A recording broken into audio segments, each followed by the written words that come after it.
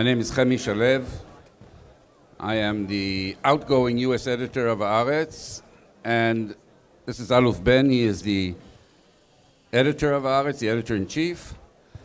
About 3 or 4 weeks ago, when the General Assembly was putting together its little brochure, I was asked to write a little blurb and to give a title to this session, and I don't even remember what I was doing. I didn't have much time, so I wrote post-election stress disorder.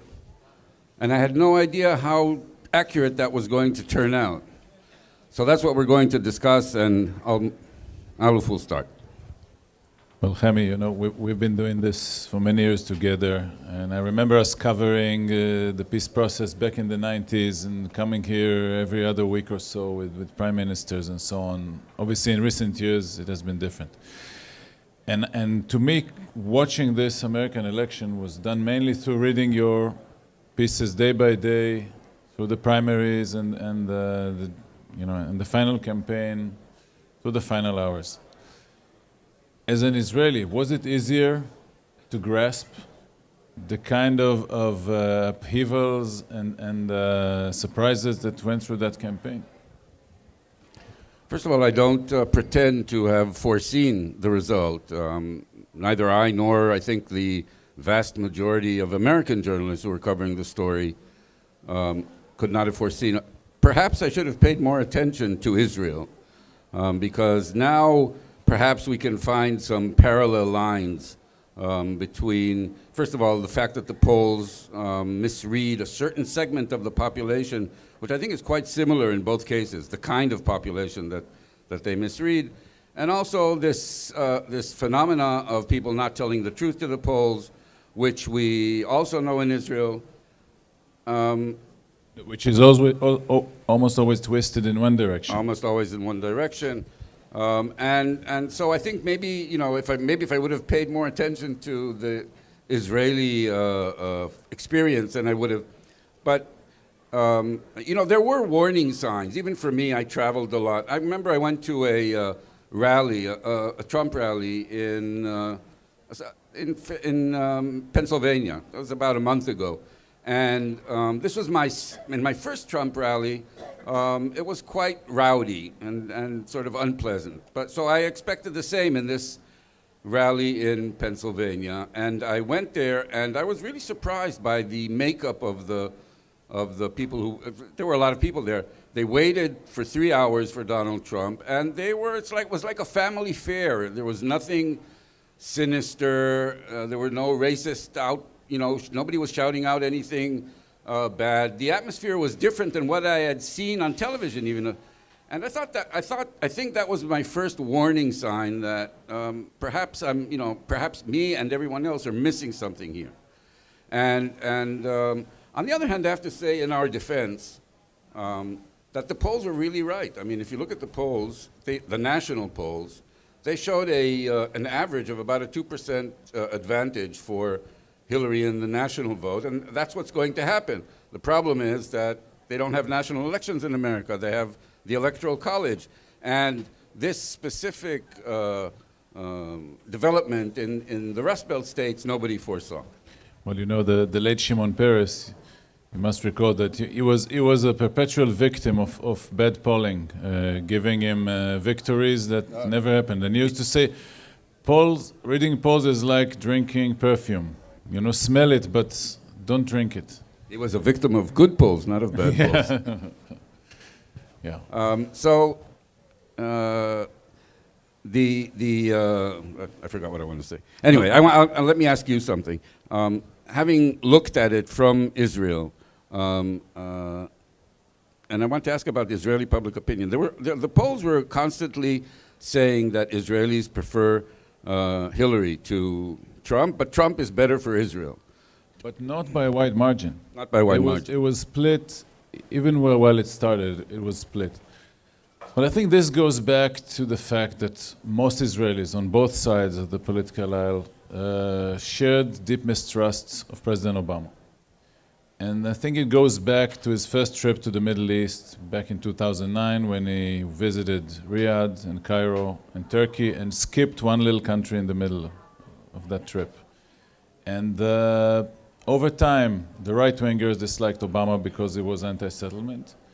The left-wingers, don't say dislike, they shared a lot of Obama's ideologies and beliefs, but they mistrusted Obama because despite his policy about settlements, he did nothing to stop them after the beginning. So I think most Israelis expected positive change in terms of, we were pampered by 16 years of Presidents Clinton and Bush the Younger, pampering Israel with a knack, with kind of personal love and affinity, which we didn't feel from Obama.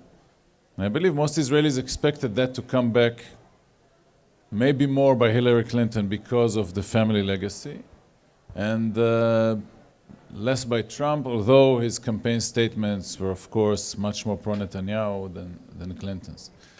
But I must say, looking at this election from the safe distance of Tel Aviv, to me, the most compelling thing, and I saw it at the AIPAC conference back in March, was that Trump was the more interesting candidate.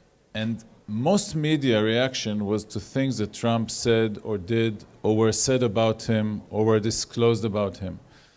And when I gushed, the push notifications from the New York Times, from other American media outlets about Hillary Clinton, it was only about emails, about the FBI. It was never about Clinton pledges to do this or that after the election. And about Trump, it was total domination of the coverage of the election.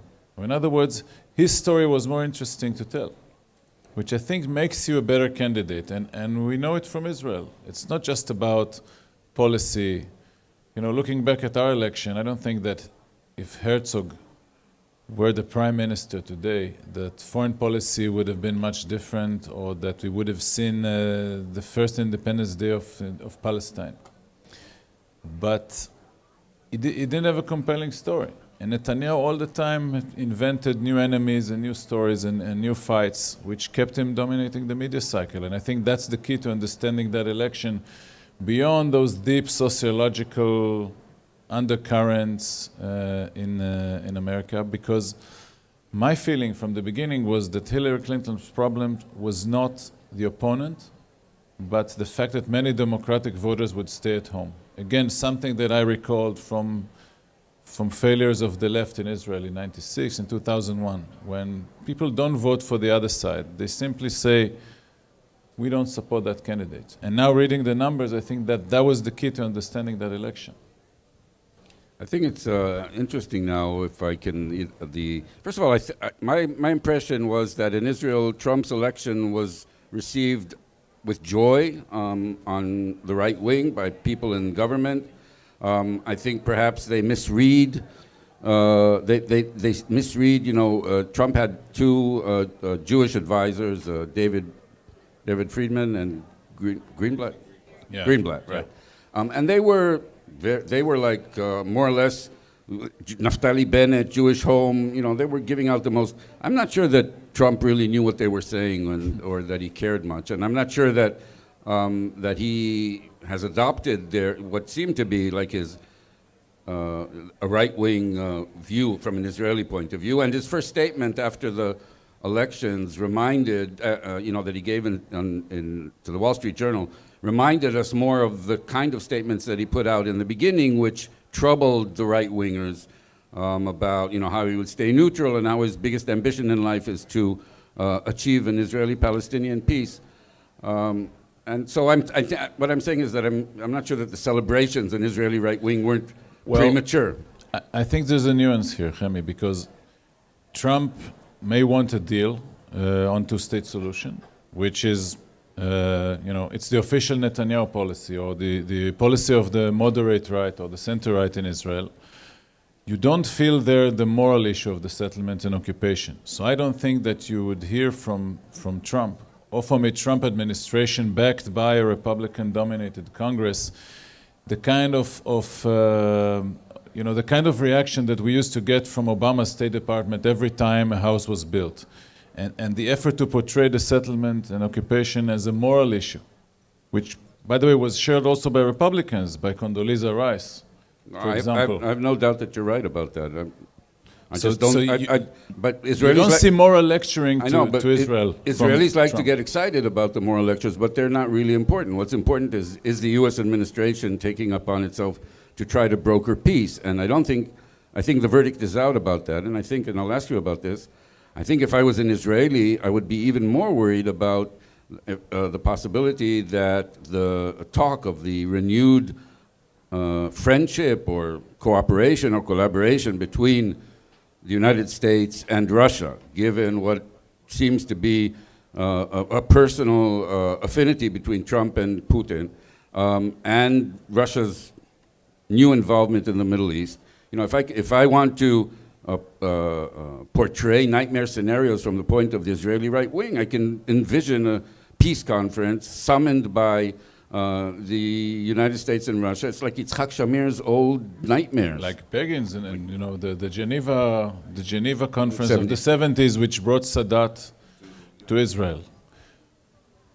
This might be, but again, ironically, this might be convenient if we believe Netanyahu and the moderate right in Israel that they seek some sort of solution because they want to feel better about themselves, to have Israel more secure, more accepted around the world. That kind of international collaboration might be easier upon them than throwing the burden at, we don't want peace more than the sides themselves, and let's have, and the endless discussion of should Abbas open the door to Netanyahu or the other way around. But I think, I think we're at a stage where the future of the Palestinian Authority, or more to the point of the Palestinian Authority leadership, is in such disarray and uncertainty that any talk of brokering a deal must be sorted out only after we know who's the Palestinian side to that negotiation, to that possible deal. I don't think that this is the point where we're at. Let's talk for a minute about the American Jewish community. First of all, we have to point out that this could be a potential source of tension or distancing between the American Jewish community, which does not seem to be very happy, to say the least, does not seem to be very happy with Donald Trump's election, and it voted either 70 or 71 or 72%, we don't know exactly, in favor of Hillary Clinton, and the first sign, if we can talk for a minute about today's news, the first sign, the appointment of Steve Bannon as a chief strategist in the White House is, I'm sure, causing a ripple of discomfort in the Jewish community. And generally speaking, the ideas that the theme of Trump's campaign runs contrary to the beliefs of most of the Jewish community, which is known to be the most liberal on internal issues, known to be the most liberal religious group in America. On the other hand, Israelis are not the same, and so I'm looking down the line. First of all, I'm not sure that this won't cause a greater distancing, and second of all, there's a very interesting challenge now for the Israeli government. Say the appointment of Steve Bannon is significant. Say there are anti-Semitic strains, not that President Trump is, but there are anti-Semitic strains in the administration, just as there were in the campaign. What does an Israeli government do with that? Well, I think that if we go back to the Nixon tapes and read what he had to say within the Oval Office about Jews in general, and some Jews in particular, although he appointed Kissinger as his main foreign policy person, in Israel, and Nixon has the worst image in America, but in Israel, he's the guy who saved us during the Yom Kippur War with the airlift. And he's the guy who supported Israel and Golda Meir's government through thick and thin. So, it may not be politically correct to say, but you can be an Israel supporter on security and an anti-Semite in private. Well, the difference is that Nixon's anti-Semitism was revealed. I mean, people knew, but it wasn't part of his public statements. This was revealed when the statements became, and so the Jews who didn't like Nixon all that much either, but there was no reason for them to get alarmed about him. Here, there's a situation where there's overt anti-Semitism coming from people associated with the Trump campaign and administration, and we have all of the manifestations of anti-Semitism that I think most Jews believe Trump did not do enough to distance himself from. I think that most Israelis were sabras and did not feel anti-Semitism in their lives, fail to understand it.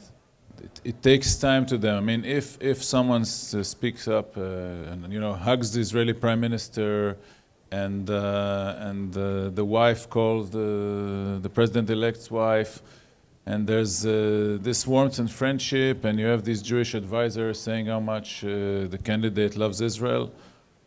Most people in Israel don't read, the fine print about what the strategist was saying, or about certain campaign statements that were bordering. I mean, you reported quite extensively about it, but I think that in the Israeli media you were the only one raising that issue.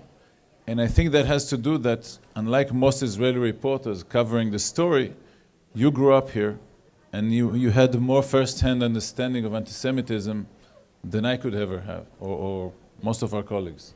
But I want to get back to the point that the Israeli government could be in a, when there was anti-Semitism in France, the Israeli government called on... Yeah, but this is easy because France and Israel for 50 years almost are total opposites in terms of foreign policy. So I'm saying there could be a problem here down the line if there's a Trump administration which is friendly to Israel, but which American Jews are very troubled by continuing anti-Semitism. Let's hope it won't continue. But I'm just saying that for the Israeli government, it could be like an existential question. Are they taking care of themselves, or are they taking care of the Jewish people? But don't you think that the bigger issue could be that the losers in this election, the American liberals, if indeed they're growingly becoming a more protest and more if they adopt a more confrontational stance vis-a-vis Trump, would that not strengthen BDS and other liberal movements that developed and grew up during the Obama years vis-a-vis Israel, and put more people in the American Jewish community facing that dilemma? Can we be liberal enough to oppose Trump or Trumpism, but put aside that camp stance about settlements, about occupation? It's the 50th year now of Six-Day War. There's going to be a lot of talk about that as we approach the date in June. Don't you think that this is a bigger issue?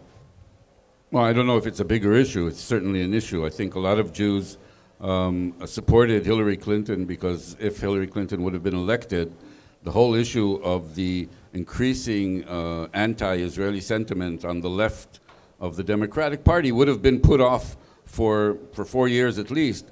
And we had an example of that in the Democratic Convention when the efforts to change the platform were sort of squashed by the Clinton campaign. But I think you're right.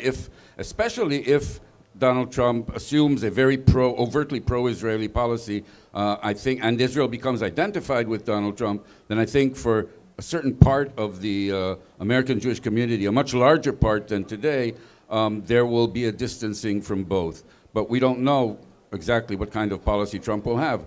The ascendancy of the more radical part of that, I think that was an inevitable process. Clinton would have... On the Democratic side. Yeah, Clinton would have put it off, but it's going to grow in any case.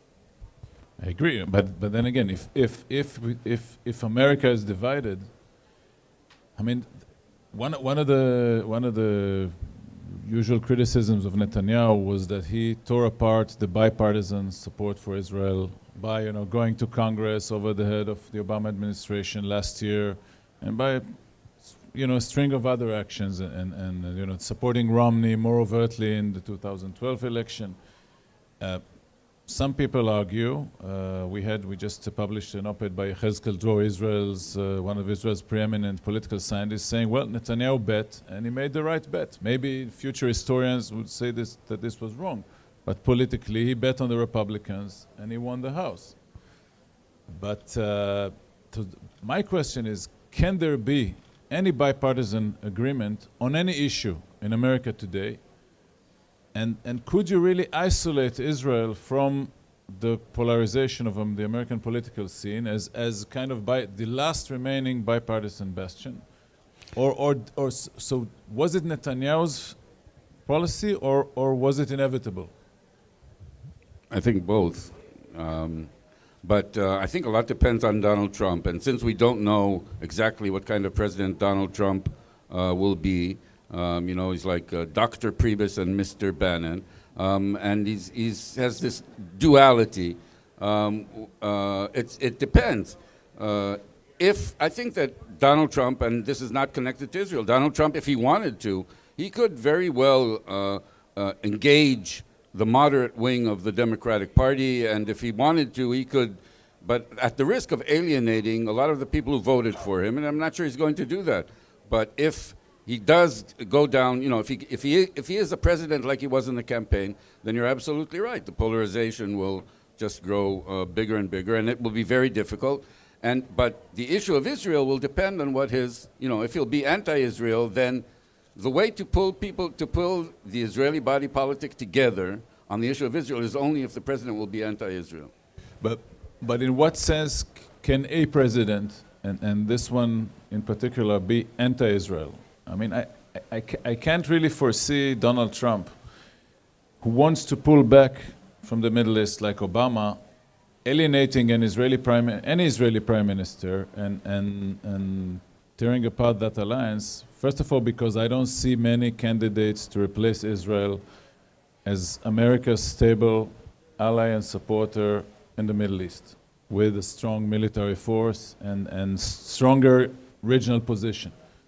I don't think that Iran or Turkey in their position could replace Israel. So why would he be anti-Israel? Anti-settlement. Obama has shown us that you can be anti-settlements, at least vocally, and still rely on Israel as an ally and give it all kinds of security support and intelligence sharing and running operations against Iran together.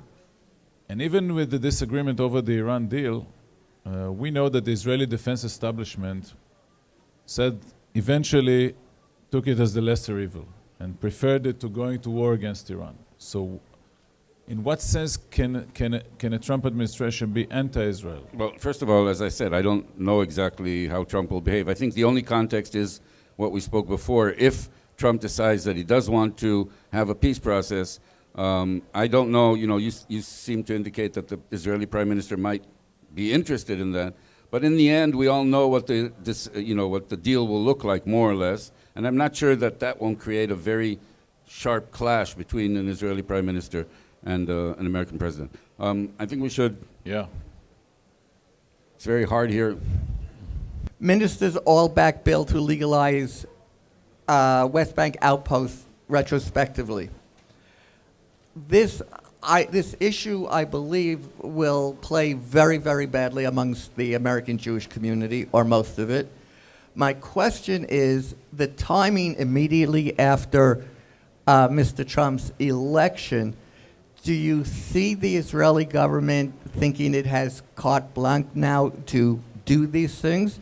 And if so, what does, as you were talking about, how does Trump's relations with Israel and what it does affect both the American Jewish community's relationships with him and with Israel? Well, I think that in this case, it's not going to wait till Trump's inauguration, because this morning the Israeli Supreme Court rejected the government's plea to postpone once again by 7 months the relocation of Amona, of this outpost built on stolen private Palestinian land.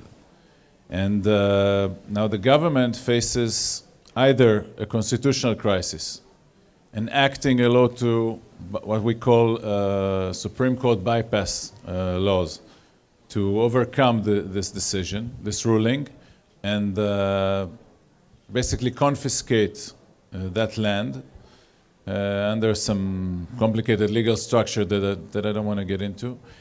Or, and yesterday's vote in the cabinet has shown Netanyahu that he stood alone on this. The Likud ministers sided with Bennett and Ayelet Shaked with the Jewish home against Netanyahu.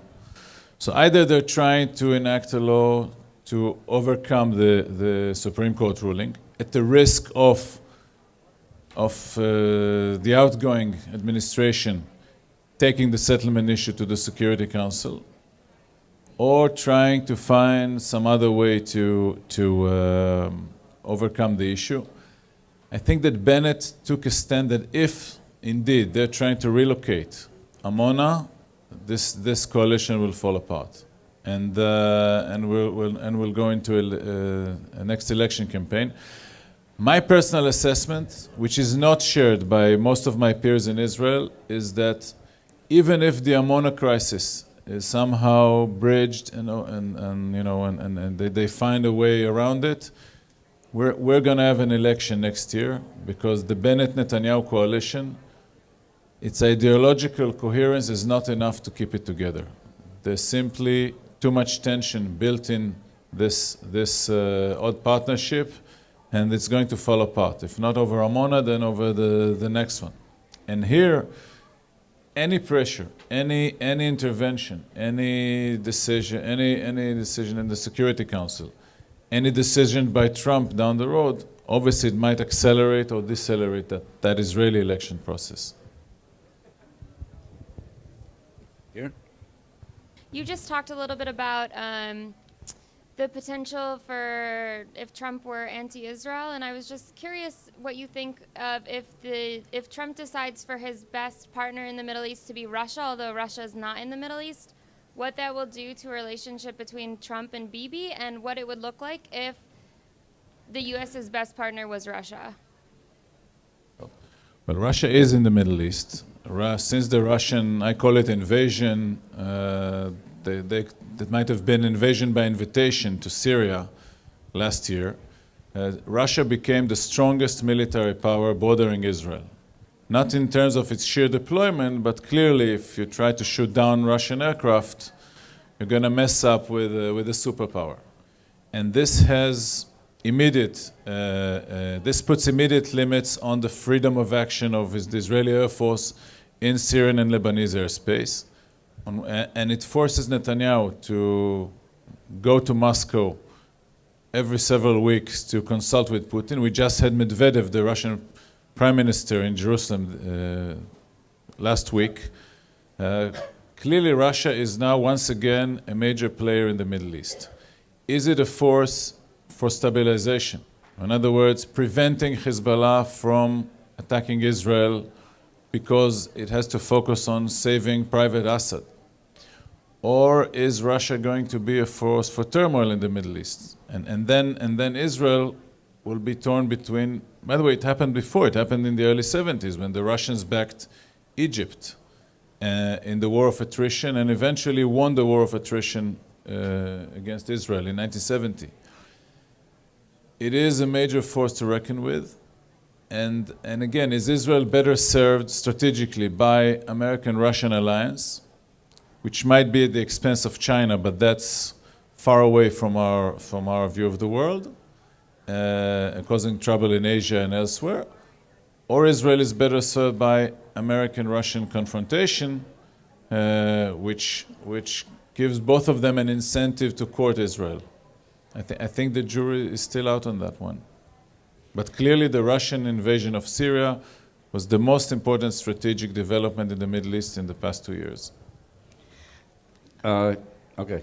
Hi, my name is Brooke. I'll stand up. I just saw that AIPAC removed support for the two-state solution on their official talking points on their website, which I find really discouraging and really upsetting. So I'm wondering from you all, what do we need to do as a united Jewish community to stand strong on the two-state solution, regardless of whether the U.S. or Israeli administration support it, kind of as the last prospects for peace? What would it require from all of us to really stand strong and preserve the viability of this resolution? I don't think it's our role to tell the Jewish community how to organize to support a two-state solution. And so I don't have an answer to your question. The only thing I can mention, and I think Aluf is a better place to, is that the whole concept of the two-state solution is increasingly being put into doubt, at least in Israel.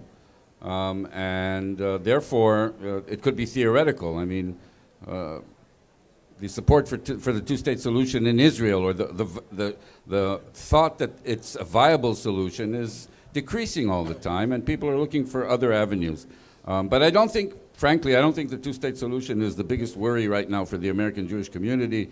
You can correct me if I'm wrong. I think they're going to deal with other issues, and I think that the cohesion of the American Jewish community is going to be much more influenced by the political developments, and specifically even the whole attitude towards the Trump administration, the very attitude towards the Trump administration puts the American Jewish community in a very difficult position.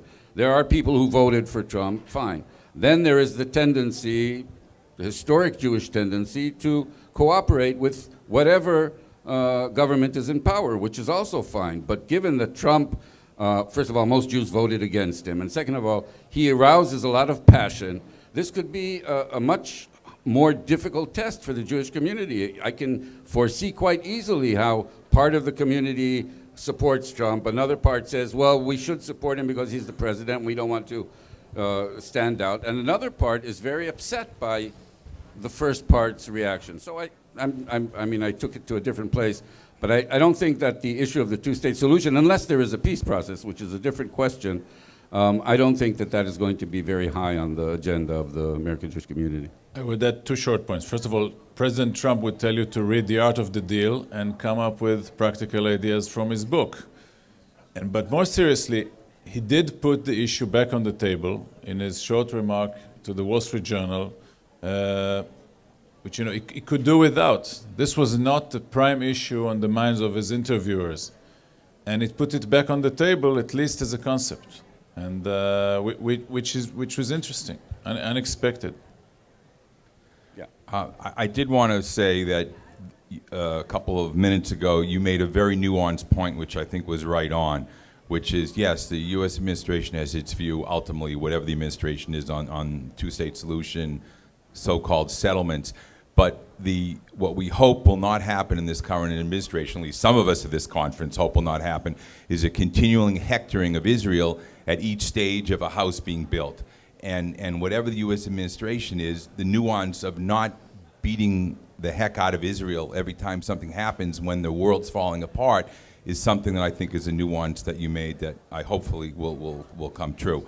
But the question I actually had was, the New York Times kind of stepped over all bounds during this election, and even after the election with its editorials for Trump. Every day I read Haaretz and Jerusalem Post, and you also, as editor-in-chief, you also have a series of articles, really.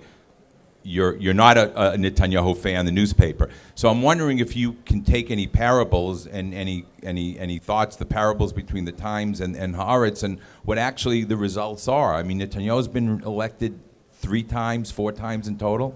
Well, we have a position again. Our editorial position is not against Netanyahu's personality, it's against his policies. When we support the two-state solution, when he gave the Bar Ilan speech, or whenever he repeated that idea of supporting the two-state solution, we supported Netanyahu. This is not, and I don't think that news organizations should adapt their beliefs or their editorial policies to election results. Otherwise, you would have Fox News supporting Obama because he was elected by the majority of the American public, and now they have to switch back to supporting the right wing. I think that what did happen to the media, both in the United States and Israel, in the past 10, 15 years or so, that it resembles much more of the British newspaper scene, where if historically, I remember for the first time seeing the Times and The Guardian as if they were reporting on 2 different planets. While in Israel, back in the day, when I was the night editor putting the paper together 25 years ago, when we had 1 single TV channel and 2 radio stations and 3, 4 newspapers, the lineup was more or less the same. The news lineup. The nuances were in the margins. And today in Israel, we have Israel Hayom pro Netanyahu, we have Yediot Achronot anti-Netanyahu. We have a much more diversified media scene, and we also, thanks to the internet, You don't need to buy subscriptions to 10 different newspapers. You can consume all the news and views you want, on your mobile device, and be as enriched, as informed as you want. I don't think that it's and looking back, I think that this is a more interesting media scene than the kind of the unified lineup in the old days. I guess that here, again, I'm less of an expert. I guess it's the move from the Walter Cronkite days to the CNN versus Fox. It's more interesting. It's more diversified. It's not just one single story that everybody has to adhere to, and the rest is just whispered. Well, the problem with that is that, and we saw this during the election campaign, it's not that you have one event and then you have different interpretations of it, but the stratification of the media means that you don't even have the same events, meaning that the facts are no longer something that news organizations have to agree on. Each news organization is sort of now able to tell stories in a completely different way, and so there is no common ground. There is no. I take the other view. I'm alarmed by this great diversification, and that the center of society is sort of dissipating in all sorts of different directions, and there's nothing common to talk about anymore. And I think that that's part of the reason for the polarization. If you have your own facts, and if the world is behaving according to the way you think it should behave, and the other person sees something completely different, there's nothing much to talk about. Well, you could see it this way, but then again, it allows people to, it's the internet and social networks in particular bypass traditional media. The idea that there is kind of chief justice in the sense of a Cronkite or a Chaim Yavin in the Israeli case, who tells the story, a bedtime story every night, and everybody adheres to the story. This cannot happen in the internet days, and obviously the characteristic of the internet is that it's an echo chamber. Most people see on their feed and read on their feed what they believe in, and they don't have any access to the other side.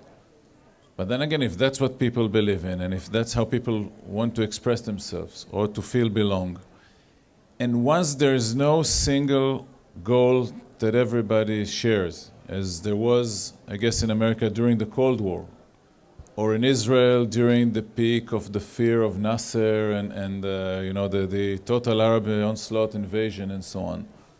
It's a natural development, but you have the ability to compare notes. I know that most people don't do that. Most people suffice with what they get from their own side. If there's disagreement about the facts, then it's a matter of professionalism. If you report lies without fact-checking them, if you just want to believe whatever politicians or people are saying, or just putting stuff from Twitter and Facebook, that's bad professionalism. Yes.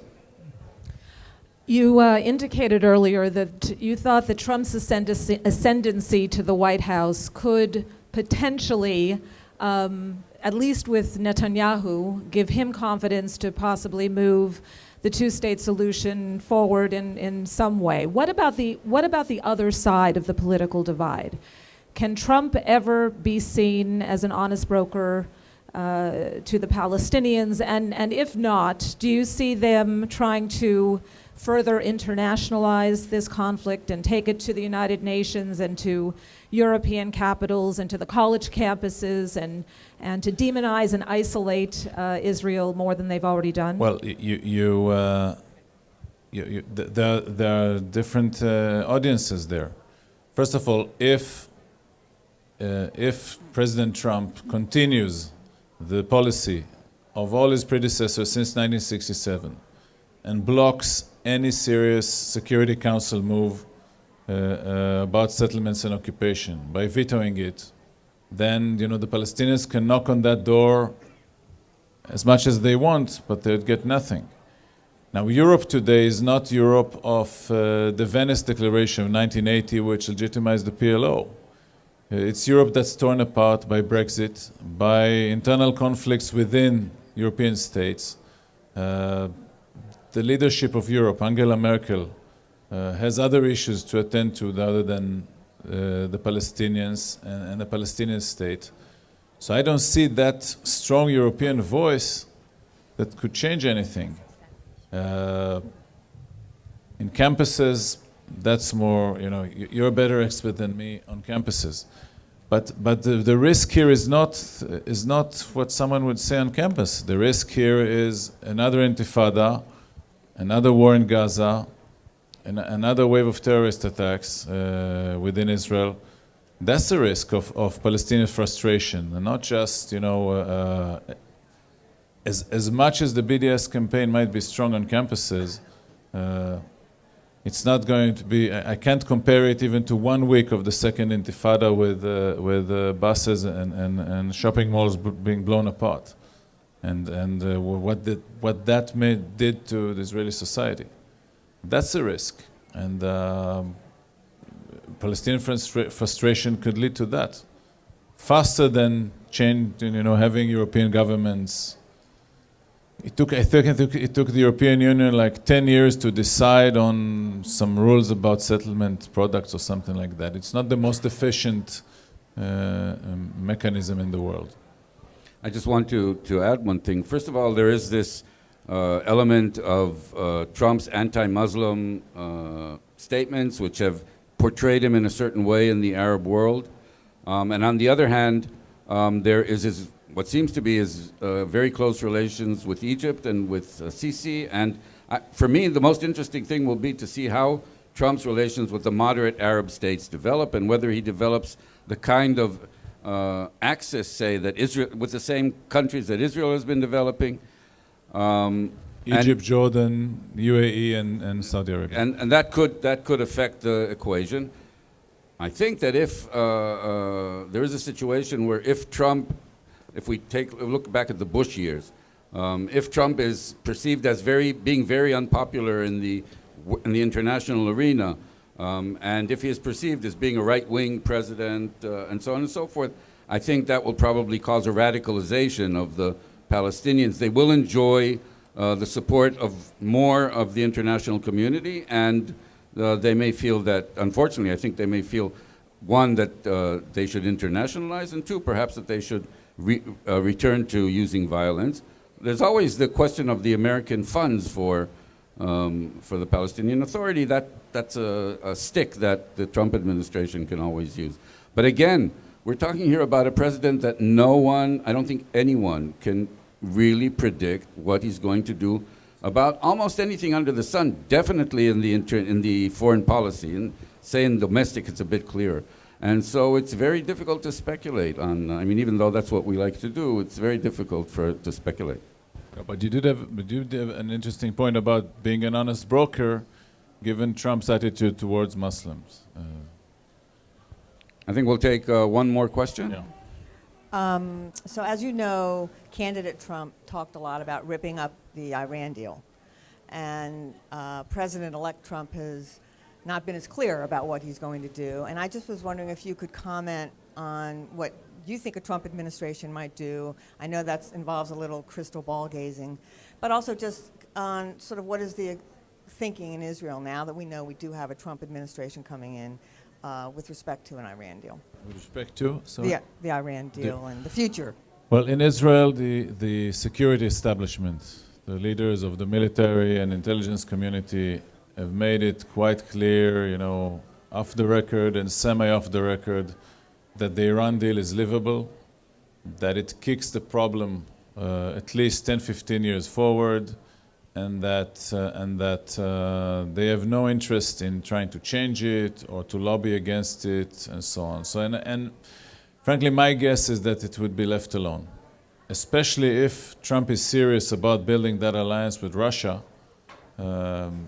He would seek Russian guarantees to keep the lid on Iran from, and Iran stuck to the deal's language. It did other nasty stuff like mostly ballistic missile tests, and writing anti-Israeli slogans on the missiles. But you do see, I think, a reduction in the war of words between Israel and Iran since the deal. We don't hear that much about it. Our Prime Minister, who for many years put Iran on top of his list of issues, stopped talking about it almost completely. Again, this might be because of some understanding with Putin. This might be because it's useless and it would only show how weak Netanyahu is if he still continues to talk about Iran and can do nothing about it. I doubt that if and when Netanyahu calls on the new President Trump and the White House, his first talking point would be, well, Mr. President, you promised to tear apart, to shred the Iran deal. We can't wait to see you doing that. I think that this would be left alone. And there's now a time to find mechanisms to continue that into the next stage when the deal expires. But there's very little appetite in Israel, in the Israeli establishment, of dealing with the issue. I just want to add one thing, and then we'll wrap it up. There was an article 2 days ago by Bob Woodward in the Washington Post about the kind of deep secrets that of the U.S. intelligence community and of U.S. Military that Trump has not been exposed to and will be exposed to within a very short time. He's going to go into the White House and he's going to be told by the CIA and by the State Department that it's not that simple, that if you tear up the Iran deal, there are all sorts of consequences in the international field, in the Middle East. I doubt very much whether he wants to, as a first act or as a second act or as a 10th act, to be perceived as a person who destabilized the Middle East, got into a conflict with Russia, which has close ties with Iran, and so on. It's good for the campaign. It makes, in the campaign there were a lot of Jews running around saying he's going to tear up the Iran deal. He's not going to tear up the Iran deal unless he's going to conduct a very irresponsible foreign policy, and we're all hoping that he's not going to do that. We're still waiting for President Obama to shut down Guantanamo. He's talking about campaign pledges, and this is an American decision. It's not the international community. Thank you very much.